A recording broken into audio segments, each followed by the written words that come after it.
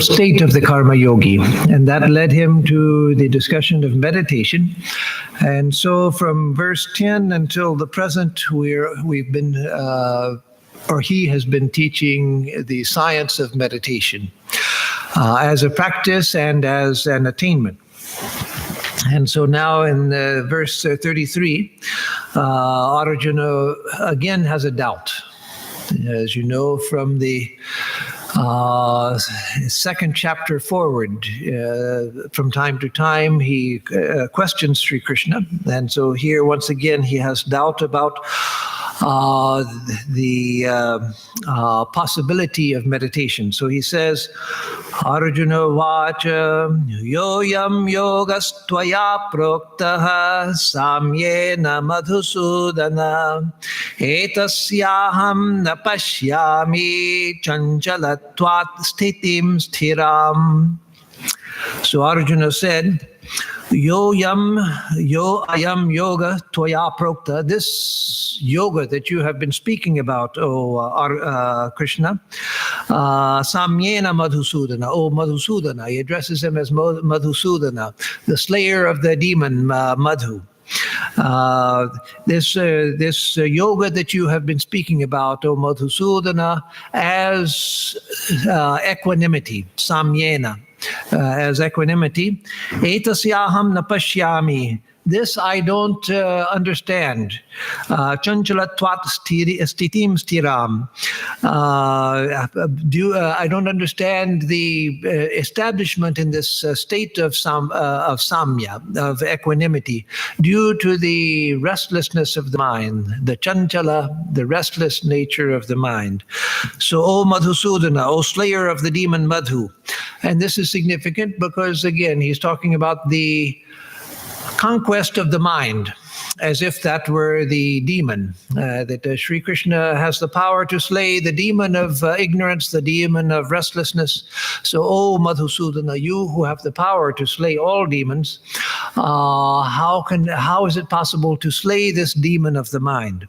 So, O Madhusudana, this yoga that has been spoken of by you as equanimity, I do not see the steady continuance of this, stitim stiram, owing to the restlessness of the mind.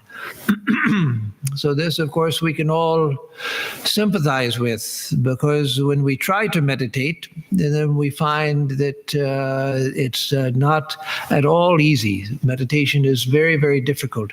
We sit and we try to focus the mind, and the mind goes everywhere. And for many people have told me that they've tried to meditate, but they gave it up because it was frightening. Frightening why? Because all of the most horrible thoughts that they normally don't think, that they keep away from the mind, the most horrible thoughts come to mind when they sit and try to still the mind. And so it's the very effort to still the mind is frightening to them. Let's continue with this next verse, because it continues the same thought, and then we'll discuss it some more. 34. Chanchalam hi mana Krishna pramathi balabadridham tasyaham nigraham manye vayoriva sudushkaram. So, Chanchalam hi mana Krishna, this restless mind, O Krishna, pramati balabadridham, which is very disturbed and strong in its own way, and dridham, which is resistant, stubborn and resistant to control. Tasyaham nigraham manye, the control of that, O Krishna, I consider vayoriva sudushkaram, even more difficult than the control of the wind. So more difficult to control than the wind itself. So the wind, of course, we can't control. Even today, with all of our technology, we can't control the wind. The wind blows with its full force in spite of whatever efforts we might make to stop it. And we put up barriers to the wind. If the wind is strong enough, then it blows down whatever barriers we might construct. And so just as the wind is difficult to control. Why is the wind difficult to control? Because we can't get hold of it. It's not something that we can wrestle to the ground and tie up. The wind is subtle. The wind comes as it will and goes as it will and blows where it will. And nothing we do is successful in controlling it. And so the mind seems to be equally difficult. The mind is subtle. There's not a handle to it that we can grab and wrestle with it. The mind, when we try to meditate, we're trying to control the mind with the mind itself. The mind trying to control the mind itself. What else can you control the mind with? If you try, there's nothing else to control the mind with but the mind itself. So you're trying to control the mind by the mind. So it's as if we have a little baby, and the baby is restless and crying and won't be consoled. And it's as if the only thing we had to console the baby with was the baby itself. Well, how can we do that? How can we console the baby with the baby itself? No, because we're outside of the baby. We can rock it, and we can speak to it, and we can soothe it, and we can sing to it, and so forth, and we can try to soothe it. But here, we're trying to control the mind with the mind itself. The mind is running everywhere, and we have nothing else to hold on to it with other than the mind itself. So the restless mind trying to control itself. So therefore, it's even more difficult than controlling the wind, because the wind at least is something external to us. But the mind is internal, and there's no way to control it except for the mind itself. There's nothing more internal than the mind other than consciousness itself.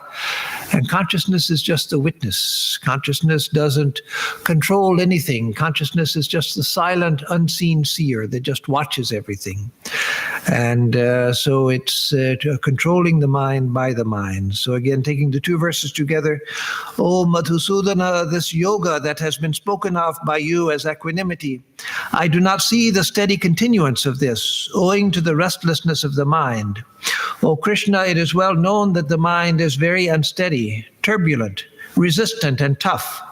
I consider its restraint to be as greatly difficult as of the wind. So again, that's something that anyone who has practiced meditation is bound to feel.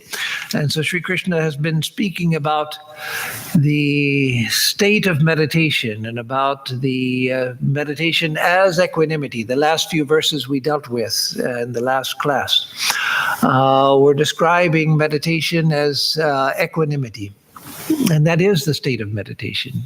All of the illustrations, or most of the illustrations of meditation, the analogies, the metaphors for meditation are equanimity. The mind as a still lake, which catches a perfect reflection of everything that's around it, perfectly still, no waves, no breeze breaking it into waves. And so it has a perfect reflection of whatever is near it. And so the mind in that state of equanimity, it catches a perfect reflection of the truth. It's possible in that mind to know the truth. But our minds are broken into waves and countless waves by the winds of desire and impulsiveness and memories and so forth. And the analogy of pouring oil from one vessel to another, falling just in a constant stream, unbroken into drops, just a silent stream of oil pouring from one vessel to another. So that also speaks of the stillness of the mind. The mind meditating on the object of meditation, it just pours in a continuous unbroken stream towards it. But that's not our mind.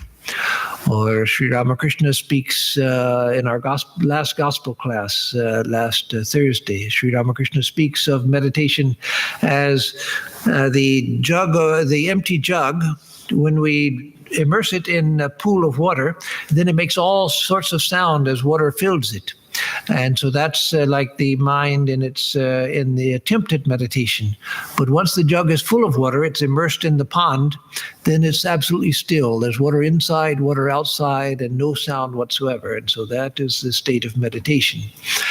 Or the illustration he gave in this chapter itself, Sri Krishna came, Yatha Dipo Nivatasto Ningate Sopama Smrta. That just as a flame in a windless place doesn't waver, such is the simile given, the upama, the analogy given for the state of meditation. It's flame in a windless place, absolutely still, unwavering. But that's not our mind. That's not our mind. Our mind is anything but that. It's going like this. And people who have never tried to meditate and who are critics of those who do try to meditate, they say very glibly, I've seen people say, and I've read people write also, that I'm in perfect control of my mind. My mind does whatever I want it to do. I just like to think about a lot of things. And so my mind thinks about a lot of things. But it's because I like to.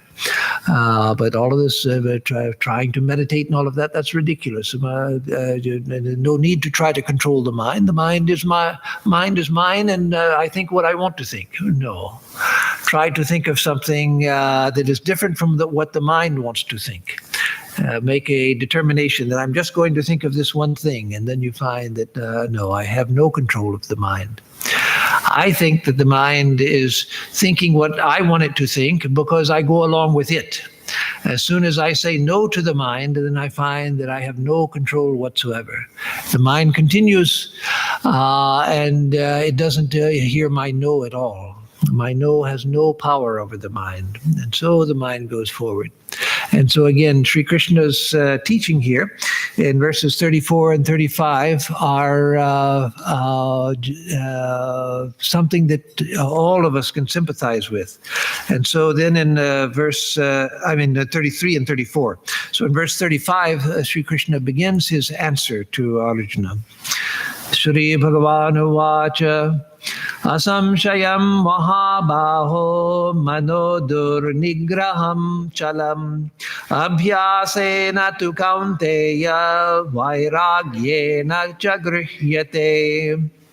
So here the blessed Lord says, Sri Bhagavan Uvacha, Asamshayam Mahabaho, without doubt, O mighty armed one. So again, he addresses him as Mahabaho, the one of mighty arms, because, O Arjuna, you are a hero. Don't forget that you're a hero, and you're giving up so easily.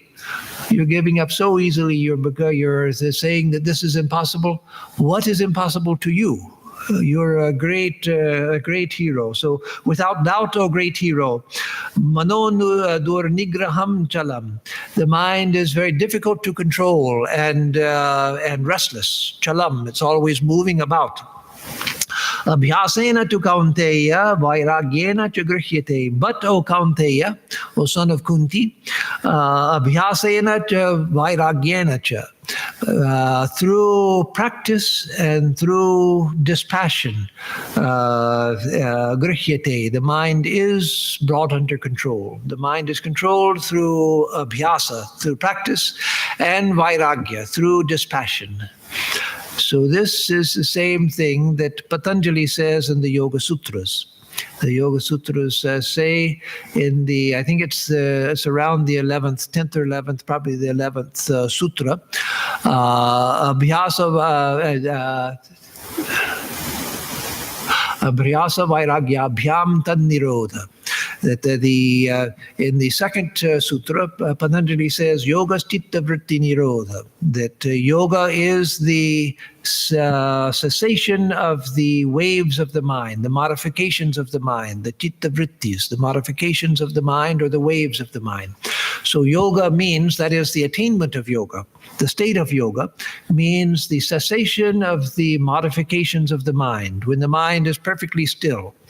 And then in the third sutra, he says, Tada drashtu swarupe vastanam. At that time, the seer is established in its own nature, not his own nature, because the seer has no gender. But the seer, that which I am, which is beyond he or she. That which I am is, I am established in my own nature. The seer is established in its own nature. When the modifications of the mind cease, the drashtu swarup,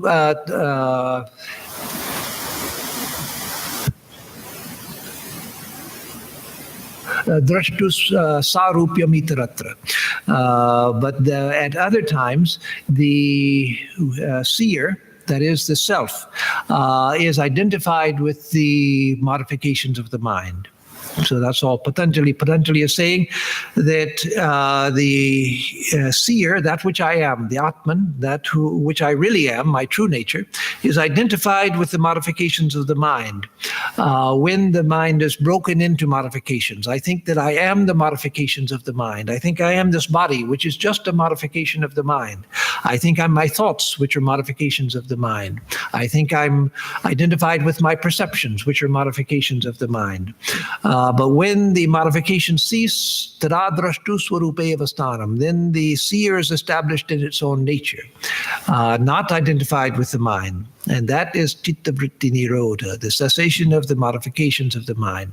And so then he goes on to explain the 5 different types, Patanjali goes on to explain the 5 different types of modifications of the mind, true modifications and false modifications, and then says vairagya, abhyasa vairagya, abhyam tan nirodha, that by practice and dispassion, tan nirodha, those modifications are brought under control.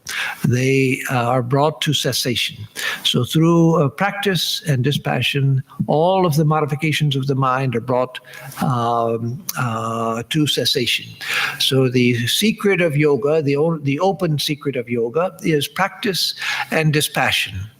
Those are the only 2 things we need to succeed in yoga, practice and dispassion. So vairagya here doesn't have anything to do with sannyasa, and sannyasa is one way of practicing outer renunciation or dispassion, but dispassion is something that all of us need in the practice of yoga, of any form, any of the yogas, and it's something that all of us need just in order to lead a normal life. If we don't have dispassion, we can't even have an ordinary happy life, because dispassion means the ability to be dispassionate means the ability not to be affected by all of the things going on around me. That is, to have a sense of detachment, a sense of calm in the midst of the experiences of life. So if I'm getting upset by everything that happens around me, then how can I have the peace of mind to think about higher things? I can't. So Swami Turiyananda said, the person who thinks that I will practice yoga once the disturbances in my life end is like the person who says, well, I'm going to enter the ocean and go for a swim once the waves stop. The ocean means waves. And so if you want to bathe in the ocean, if you want to swim in the ocean, you go in waves and all. And so life means action and reaction. It means waves. It means that things are happening about you all of the time. That's why this world is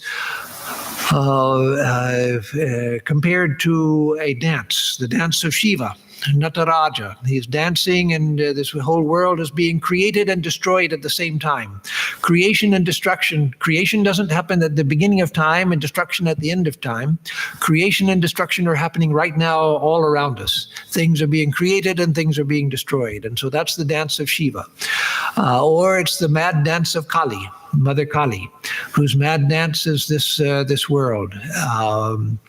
And if you want to have a wonderful poetic sense of the mad dance of Mother Kali, then read Swami Vivekananda's poem, Kali the Mother, one of his English poems, Kali the Mother, where he speaks of the dance of Mother Kali in very dynamic terms. And so this world is the dance of Kali. It is the dance of Shiva. It's a dynamic world where things are constantly happening. And so in the midst of that, I have to have vairagya, that is dispassion, that let me know that my home is not here. This is not my home. I'm passing through this world. Like all of us, we're all passing through the world. So let me realize that my goal is not here. My goal is not to have a happy nest here where I can have everything that I like and avoid everything I don't like. No, nobody gets that. Not even Bill Gates, not even now Jeff Bezos is the richest man in the world. Bill Gates has fallen by the wayside. And at least for the moment, Jeff Bezos is the richest. Of course, that type of wealth, much of it can disappear in a moment also with the crash of the stock market. But for now, he's the richest man in the world. And he has to deal with problems just as everybody else does. No matter how rich you are, you still have problems. Yes, you can buy yourself out of one set of problems, but you buy yourself into a whole different set of problems. And those problems are usually greater than the ordinary person's problems. And so, without dispassion, without realizing that this is not my home, my goal is not here, my goal is in a much higher realm. Not that I want to leave this world and go somewhere else, no.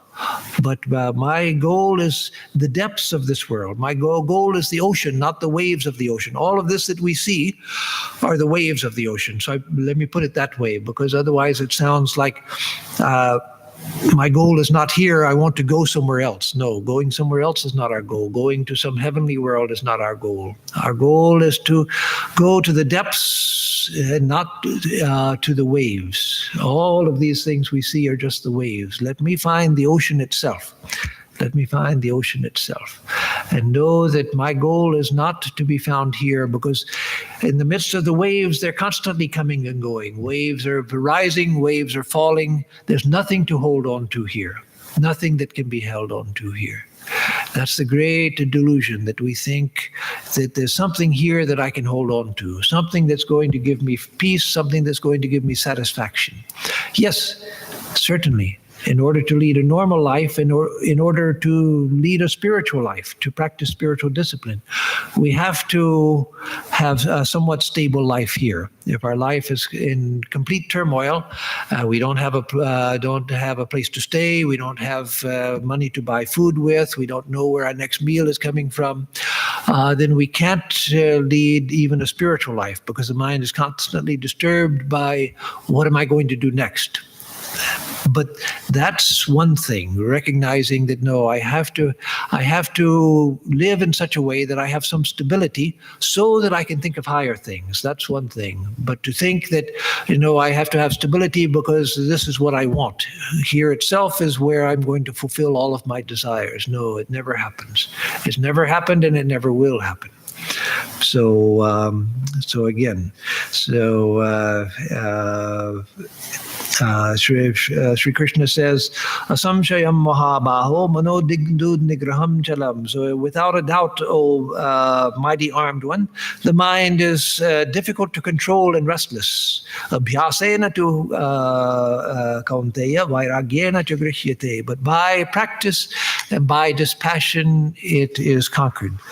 So by practice means again and again coming back to what I know to be the truth. Again and again coming back.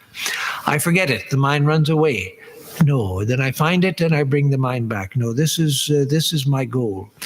The mind runs away and then I bring it back. The mind runs away and I bring it back. That is practice. We practice meditation. We don't meditate. If we could meditate, then we would go into samadhi and remain there. But we're trying to meditate. And so that means practice. We put the mind where we want it to in meditation, and immediately the mind runs away. So after some time I realize it, I bring the mind back. And again it runs away. After some time I realize it and I bring it back. That is the practice of meditation. That's abhyasa. Every time we do that, we are gaining. Every time we do it, we're gaining. It may seem like a frustrating exercise because over and over again, the same thing, the same old tricks of the mind, and it doesn't seem to get better for a long, long time. No, every time we do it, we're getting better. Every time we do it, we're making a samskara, an impression, a habit of mind of bringing the mind back to where it should be. And so no matter how hard it seems, it's eventually the only way to success. Abhyasa, practice, is the only way to success. Everything in the whole universe, as I've said on other occasions, everything in the whole universe is nothing but habit. Even the laws of physics are nothing but habit. It's just the way the universe is used to operating. It's the habit of the universe. We think of the laws of physics as being something that are fixed in stone, that if one believes in God, then one thinks that God made the laws of physics and they're unbreakable. Or if you don't believe in God, you think it's just the law by which the universe, the impersonal law by which the universe works, and nobody can break it. No, it's just habit. Just habit. The laws of physics themselves, the laws of chemistry, just habit. It's the way the universe is used to behaving. And our own lives, everything in our life is habit. Our thinking is habit. Our acting is habit. Perceiving a world filled with people and living beings and trees and the skies and all of that, that's just habit.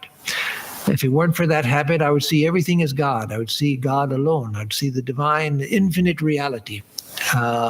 Everything luminous, shining, infinite. But I don't see that only because of habits of thought. And so everything is habit. And habit comes how? It comes through abhyasa, through practice. If we do something over and over again, it becomes a habit. So now we have to undo the habits that we have created. We have to make new habits of thought, new habits of action, new habits of perception. And so spiritual life is nothing but practice. And where does Vairagya come in? Dispassion. It's dispassion that allows me to pull my mind away from where it keeps going. The mind, I sit for meditation and the mind starts thinking in its own habits, in its own paths of habit. Runs away to think about other things. And so dispassion means, no, I don't need that anymore. I don't want that. I can take care of the things that I need to take care of. Yes, I have to take care of because I can't even lead a normal life without doing that. So I'll take care of the things I have to take care of. But I don't need to keep thinking about it. And so dispassion means that's okay. I don't need to think about all of those things. Give it up, give it up, give it up. Let go of it, let go of it, let go of it. I don't need to think about it. When the mind keeps going back to some rut, remembering something that we did or said, or something that somebody did or said to me, no, I don't need that. I don't need it. I don't need it. Let it go, let it go, let it go. And so that is dispassion. Dispassion means letting it go. I don't need it. That's not where I want to put my mind. No, abhyasa, bringing the mind back. And this dispassion, vairagya, is that which allows me to take the mind away from it, because I realize that's not where I want my mind to be. That's not where I want it to be. One of the ways to get over habits that are very troublesome. Yes, it takes time, because a habit is very difficult to get over, but can be overcome gradually and with time, because if I look at if there's a habit that I have that I want to get over, why do I want to get over it? Because I realize that it's causing me misery. It's causing me pain. So every time the mind goes back to that, and I go for that which I habitually want, and experience the same misery again as after fulfilling it, then I just to remember, okay, this is what happens when I go after this. This is what happens. So why do I go after it? And again, the next time you find the desire arises in the mind, and you run after it. Again, just think, okay, this is why I didn't want it. This is why I'm trying to get away from this. Just keep telling your mind that time after time, no matter how long it takes, it doesn't matter. You have a whole lifetime to work on these things, a whole lifetime to work on yourself. So again and again, just reminding yourself that this is why I want to give up this habit, because I always end up back in the same painful situation. So let it go, let it go, let it go. I don't need it, I don't need it. So vairagya means learning to let go. Why? Not because I really want it, but the scriptures told me I shouldn't want it, and so I've got to, no. As long as you want something, go ahead and have it. No harm. Go ahead and have it as long as you want something. But when a time comes, you realize that, I've come here over and over again for the same thing, and I always come up dry. I always come up with pain and suffering, and realize that, this is not doing me any good. Then let me say that, okay, now's the time to practice vairagya, dispassion. Vairagya from viraga, raga, attachment, viraga, non-attachment, dispassion. Raga, attachment or passion. And so the absence of attachment, the absence of passion, no, let it go. So abhyasa and vairagya are the only secrets of spiritual life. The only secrets. That's all we need. Only two things we need. But they're difficult things. Not really difficult, but they take time. They take a lifetime. So we have a lifetime. We're alive. We're still here, so might as well use it for that. What else are you going to use it for? So we keep practicing, keep bringing the mind back. Keep telling the mind, no, I don't want that. You have a whole lifetime to do it. So Sri Krishna continues in 36. Asamyatatmana yogo dushprapa iti me matihi vashyatmana tu yatata shakyo vaptum upayatah.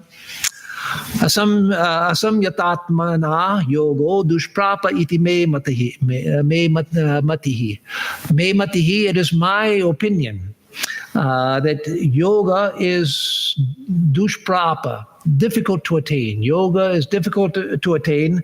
Asamyatatmana, by one who is asamyata, who is uncontrolled, whose atma, whose self, but here self means the mental self, whose mind is uncontrolled. So it is my opinion that yoga is difficult to attain by one whose mind is uncontrolled. Vashyatmana tu yatata shakyo vaptum upayataha. But it's possible to attain to yoga by one who is vashyatmana, by one whose mind is controlled, has been brought under control, and yatata, and who is practicing. So shakyo avaptum shakyo, it is possible to attain it. Upayataha, from one who is engaged in the upaya, in the practice, in the means. Upaya means means. So one who is engaged in the means of yoga, which means vairagya and abhyasa, one who is engaged, it is possible to attain to yoga.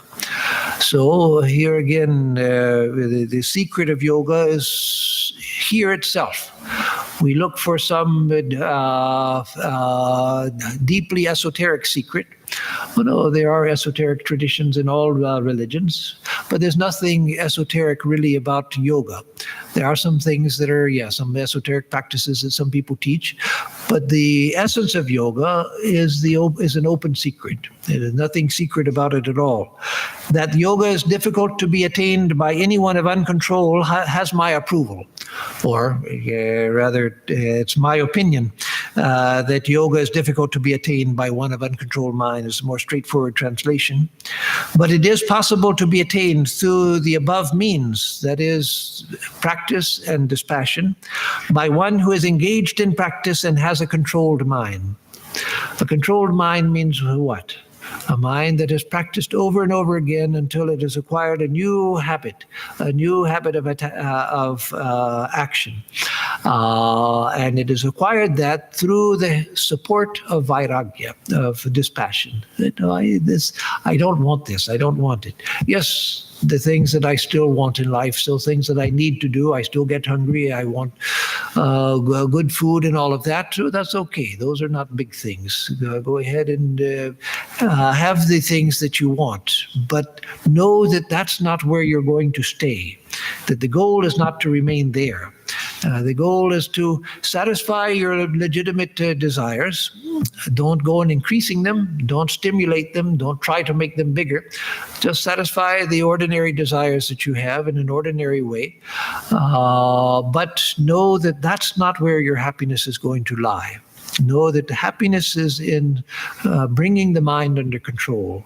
So let me never forget that, and let me do those things that help me to bring the mind under control, because that is where eventual success lies. So Arjuna is not finished with his doubts. So he says in verse 37, Arjuna vacha ayate shraddhayo peto yogat chalita manasaha aprapya yoga samsiddhim kam gatim krishna gacchati. So, O Krishna, failing to achieve the perfection of yoga, Yoga Chalitaman. What goal does one attain who though possessed of faith is not sufficiently diligent and whose mind becomes deflected from yoga? This verse is from an English standpoint. Translating it into English is quite convoluted. So you have to straighten all of the words out in order to make an English sense out of them. So that's why I'm reading the translation first, because ayati shraddhayopeto shraddhaya upetaha yogat chalitamanasaha. That by itself, you don't yet come to anything that makes English sense by itself. So again, you need to put all of the words together in a different way. So Krishna, kam gatim Krishna gacchati, aprapya yoga samsiddhim. The second verse is easier to start. I mean, the second line is easier to start with. Yoga samsiddhim aprapya, not having attained perfection in yoga. Kam gatim Krishna gacchati. To what goal does such a person go who doesn't attain to yoga in this life? So one who is practicing yoga, who has practiced yoga, but they don't attain to it in this life, they fall short, then what happens to them? So that also is a common question of people. And even aside from an actual conscious question, it's what leads many people away from the practice of spiritual life. They come to spiritual life thinking that, with a little bit of yoga practice and learning some tricks of mind and meditation, then I'll live a blissful life and everything will be peaceful, and then I'll attain to a satisfactory saintly state, and everything will be wonderful. And everybody will look at me and think, oh, wow, he or she has gone so far. They're so wonderful, so extraordinary. But then after a little bit of practice, you find how difficult spiritual life is. And so you think, well, what's the use? I might as well go back and have a good time. So, O Krishna, failing to achieve the perfection of yoga, what goal does one attain who, though possessed of faith, shraddhaya upetaha, is not sufficiently diligent, ayati, and whose mind becomes deflected from yoga, yogat chaliti manasaha, whose mind is deflected from yoga. One whose faith is not sufficient and the mind is deflected from yoga. What happens to such a person? So Arjuna is afraid for himself. So you've told me all of these wonderful teachings and told me how to control the mind and how to practice and be dispassionate and all of that. But what if I don't measure up? It sounds good, but what if I can't do it? Then what happens? So, like many of us, Arjuna is talking as if he's asking about somebody else. What if a person that I had somebody come to me once, somebody who knew me from outside of my monastic life, knew me before my monastic life, and so they knew that I was a monk now, and so they wanted to find out about meditation, but they didn't want to admit that they wanted to meditate. And so they said that I have a friend. And of course, I knew this person. I knew immediately what friend they were talking about. They were talking about themselves. I have a friend who finds his work very, very stressful, and he wanted to know, how he should meditate. And so if we can't ask a question directly because we feel bad that we have to ask it, then we say, somebody said. And so that's what Arjuna is saying here. What if a person, if this happens to a person? But actually, of course, Arjuna is afraid for himself. What if I don't measure up? What if I can't do it? And so, of course, Sri Krishna has already scolded Arjuna on occasion, or made fun of him also. In the verses 2 and 3 of chapter 2, he makes fun of him. And then in verse 10 of chapter 2, Sanjaya says that prahasan iva bharata. Krishna was as if smiling at Arjuna's words of misery. And so now Arjuna is asking about somebody else. And verse 38, Kachinno bhaya vibhrashtas chinna brahmiva nashyati apratishto mahabaho vimudho brahmana pati. So kachit na ubhayavi brashtas chinnabram eva nashyati. So having failed both, ubhayavi brashta, having failed at both, that is at yoga and at bhoga, at a life of yoga and at bhoga. He's given up bhoga, he's given up enjoyment, a life of enjoyment, seeking a hedonistic life. So he's given that up, and so he's failed at that. But he's also not attained to yoga, so he's failed at yoga also. So he missed out on enjoyment, and he missed out on yoga. Very brushed chinnabharam eva, like a cloud which has become scattered. The cloud didn't give any rain. So today we had a very cloudy, overcast sky for a while, and it looked like rain was going to come, but then nothing came. The clouds scattered. And so like a cloud scattered, which doesn't give the promise that it had. It had the promise of giving rain, but it didn't give rain. It just, the clouds broke up. So like clouds that break up without giving rain, if one loses both enjoyment and yoga, one fails at both yoga, then apratishto mahabaho vimurho brahmana patihi. Then the deluded one misses out in the path of Brahman. So the whole thing taken together, O mighty armed one, Mahabaho, having deviated from both, Ubhayavi Brashta, without support, Apratishta, deluded on the path to Brahman, does he not get ruined like a scattered cloud? So that also is Arjuna's question for himself, that I give up a life of enjoyment so that I can practice yoga, but I don't attain to yoga either. So I miss out on enjoyment, I miss out on yoga. So then I'm like a cloud that just becomes scattered and doesn't give rain. It doesn't give forth anything. It's useless. A cloud which just gathers and makes a lot of noise and gives a lot of shade, and then it breaks up into nothing without giving any rain. It's useless. And so my life is useless. My life will be useless. At least I could have had enjoyment, but I gave that up, and I don't get yoga, so I don't have that, I don't have this. What am I going to do? So being deluded on the path to Brahman, Brahmana Pati. So then he continues, Etan me samshayam Krishna chetum arhasya sheshatah twadanya samshayasyasya cheta na hyupapadyate. Etat me samshayam Krishna. Oh Krishna, this doubt of mine, chetumarhasya sheshatah.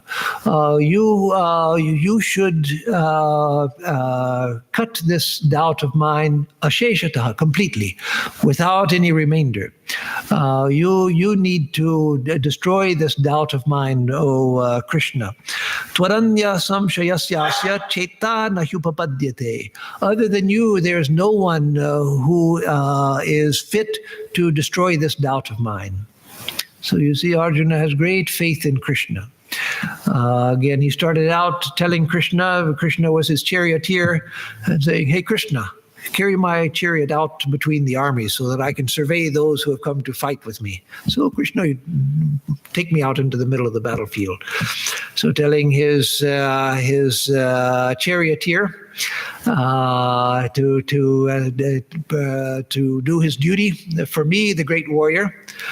But no, now Arjuna realized once he came to the middle of the battlefield, then he saw, and then because of his faint heart, his heart being torn apart by seeing his loved ones arrayed on the battlefield, then suddenly he realized that no, I need help. And so then in the beginning of the second chapter, he appeals to Krishna that you please help me, O Krishna. Other than you, I don't know of anyone to go to. And then Sri Krishna begins to teach the highest truth to him. And so now he's come back to his senses. But even before, he knew Krishna was great. But again, when he's ready for the battle and Krishna is his charioteer, then he speaks to him like just an ordinary charioteer. But now again, he's realized who Sri Krishna is. And so he says, "Oh Krishna, you should totally remove this doubt of mine, this doubt about what will happen to me if I give up enjoyment and yet I don't attain to yoga. For none other than yourself can be the dispeller of this doubt." And so then Sri Krishna begins his answer. Shri Bhagavan Uvacha Parthane naiveha namutra vinashastasya vidyate nahi kalyana krit kastid durgatim tata gacchati. So, O Partha, there is certainly no ruin for him here or hereafter. Na eva iha na amutra. Neither here nor elsewhere. Vinashas tasya vidyate. Does destruction exist for such a person? So the person who has given up enjoyment in order to seek yoga, there's no destruction for such a person here or hereafter, here or elsewhere. Nahi kalyana krit kastid durgatim tata gacchati. That the kalyana krit, the doer of good, never comes to destruction, O Arjuna. He never it comes to a bad end. Durgatim, Durga Gati. So such a one never comes to a bad end, my child, Tata. So, O Partha, there is certainly no ruin for him here or hereafter. For no one engaged in good meets with a deplorable end, my son.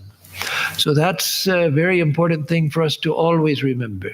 That one who does good, that they don't come to a bad end. Now we can find many examples which seem to say the opposite.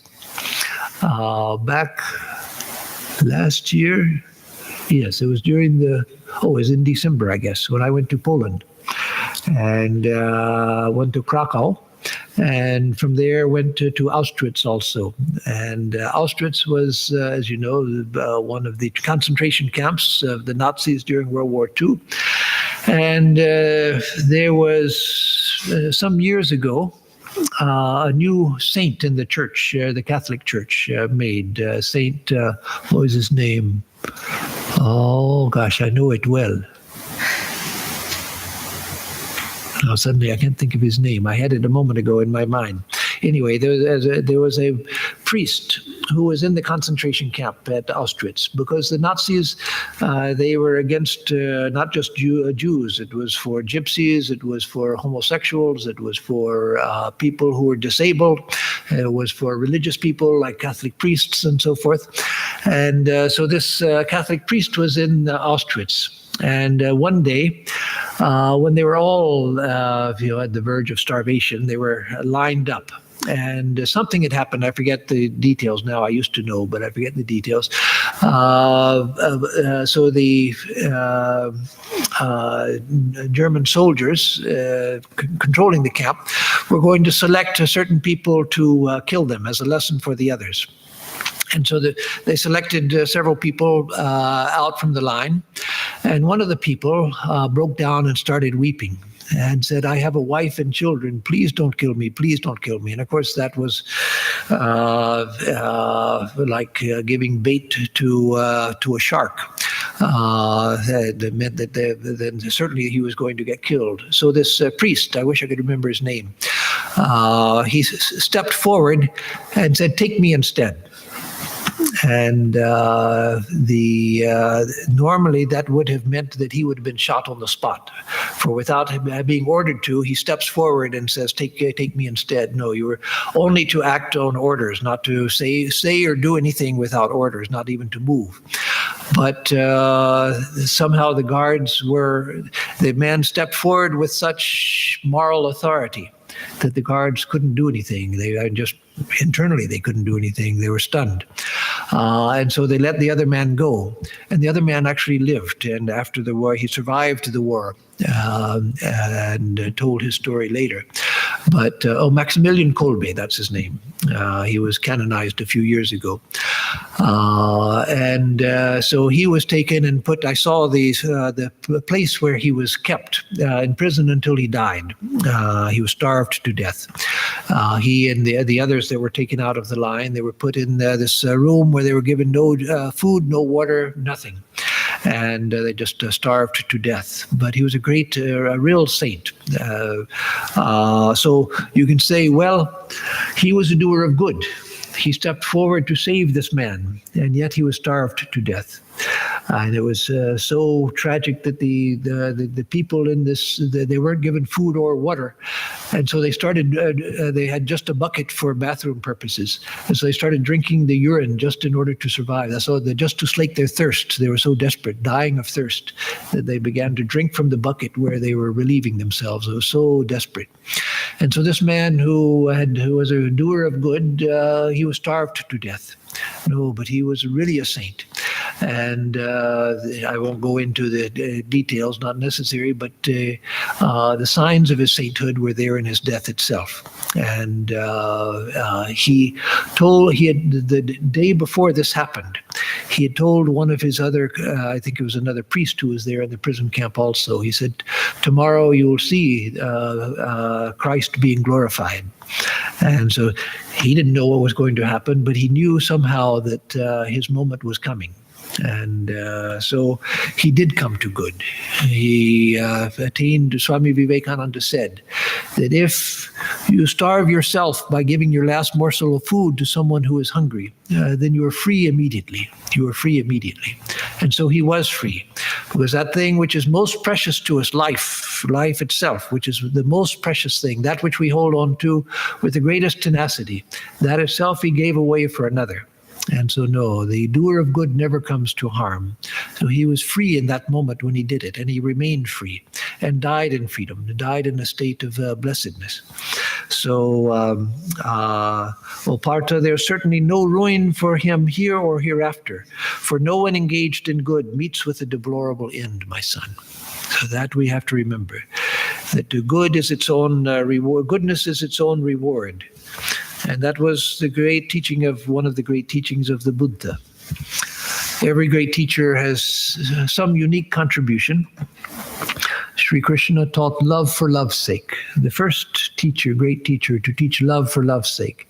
Don't love God because God will love you back. Love God because it's its own reward.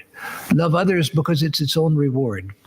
And work for work's sake, he said. Not for the fruits that you're going to get, but work because there's nothing else that you can do. And then you will be free if you can work just for work's sake, just because it's there to be done in front of you.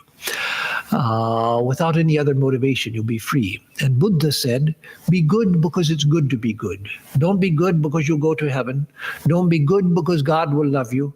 Don't be good because the scriptures tell you to be good, and so you're trying to obey the scriptures. Be good because it's good to be good. Goodness is its own reward. Goodness is its own reward. And so we'll end with that verse. Let me see if there's one question. Jayanta, can you bring the microphone up here to the front to Jayanta?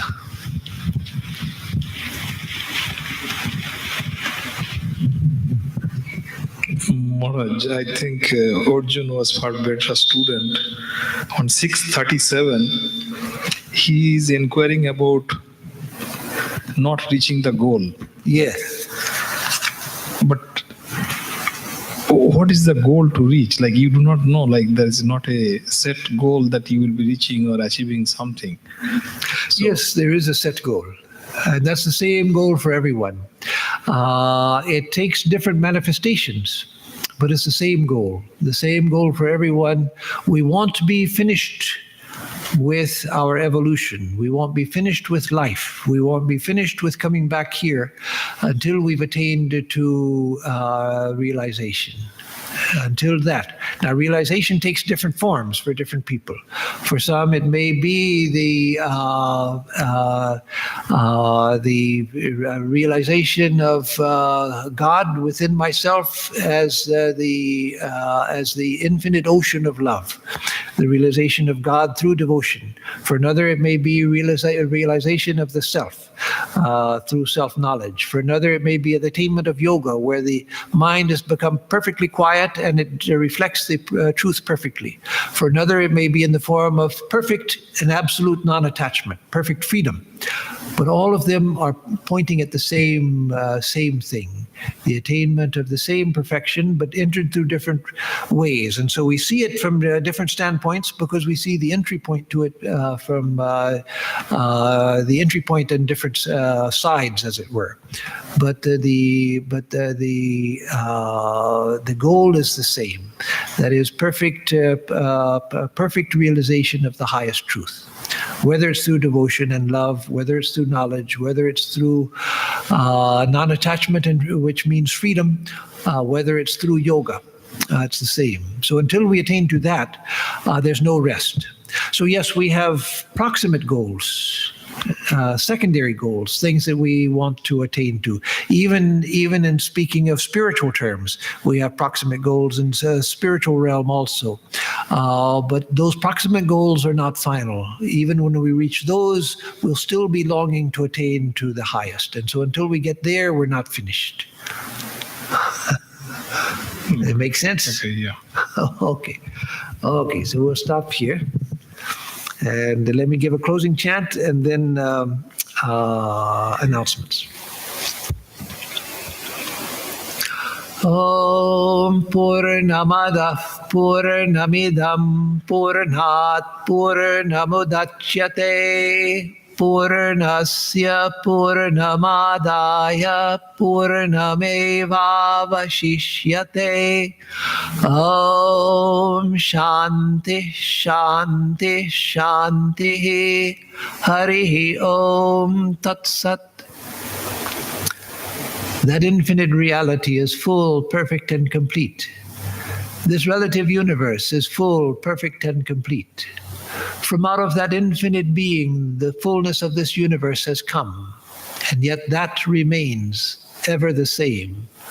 Om, peace, peace, peace be unto us and to all the beings of the universe. So for announcements, we'll have the gospel class on Thursday at 11 o'clock.